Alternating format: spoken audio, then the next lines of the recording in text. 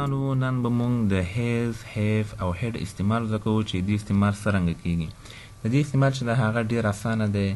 دوستانو زه کوشش کوم چې ستاسو لپاره د انګلیسي داسې موضوعګانې راوړم چې هغه ستاسو د انګلیسي په ویلو کې تاسو سره کومک وکړي چې تاسو وکولی شئ جملې جوړې کړئ او خبرې وکړئ. نو بغیر د وخت ضایع کول نه ویډیو شو. لومړی راځو چې د هیز هیف هیډ دې مطلب څه شی دی. د دې مطلب چې دی هغه دی لرل. د دې څه مطلب دی لرل. لومړی راځو هیز چې دا له کوم سبجکټ سره استعمالیږي.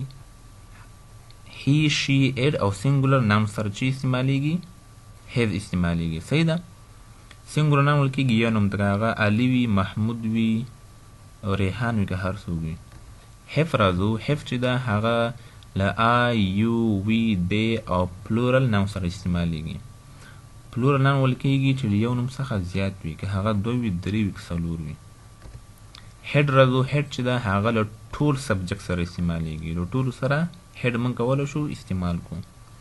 او هیډ چې دا د تېره شوې زمانې لپاره استعمالیږي.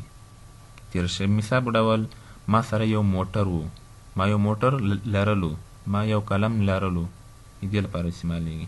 مثال لومړی راځو هیز ته. د هیز یو مثال لیکو. شي هیز ا کار. شي هیز ا کار. هغه یو موټر لري. هغه یو موټر لري. نو له شي سره موږ چې استعمالو هیز استعمالو. صحیح ده. دوهم مثال he has a friend. he has a friend. هغه یو ملګری لري. هغه یو ملګری لري. it has a blue color. it has a blue color. دا شین رنګ لري. دا یو شین رنګ لري. که هغه هر څه وي، که هغه دیوال وي، چت وي، فرش وي، که هر څه وي، تاسو هغه لپاره it استعمالولی شئ. دوهم راځو have ته. I have 2 houses. I have 2 houses. زه 2 کورونه لرم. زه 2 کورونه لرم. نو له I سره موږ have استعمالو.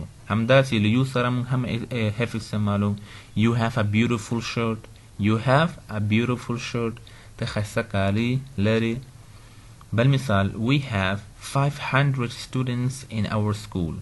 We have 500 students in our school. مونږ 500 شاګردان په سکول کې لرو. مونږ 500 شاګردان په سکول کې لرو. They have ability to talk. They have ability to talk. دوی د خبرو کولو قابلیت لري. دوی د خبرو کولو قابلیت لري. بل راځو هیډ ته. I had 2 houses. I had 2 houses. ما 2 کورونه لرل. دا ګوره د تېره شوې زمانې باره کې غږېږي. صحیح ده. پاس باره کې غږېږي. ما 2 کورونه لرل.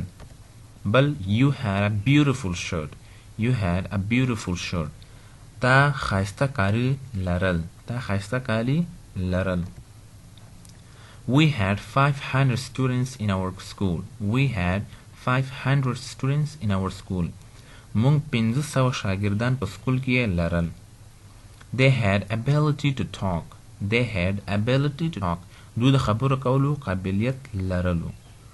نو دا د استعمالو دوستانو هیډ چې دا موږ د پاست لپاره استعمالو او هیف چې دا هغه موږ د پریزنټ لپاره استعمالو. له تاسو ټولو څخه مننه او که چیرې دا ویډیو مو خوښه شوي نو سره لایک یې کړئ او زموږ چینل سره سبسکرایب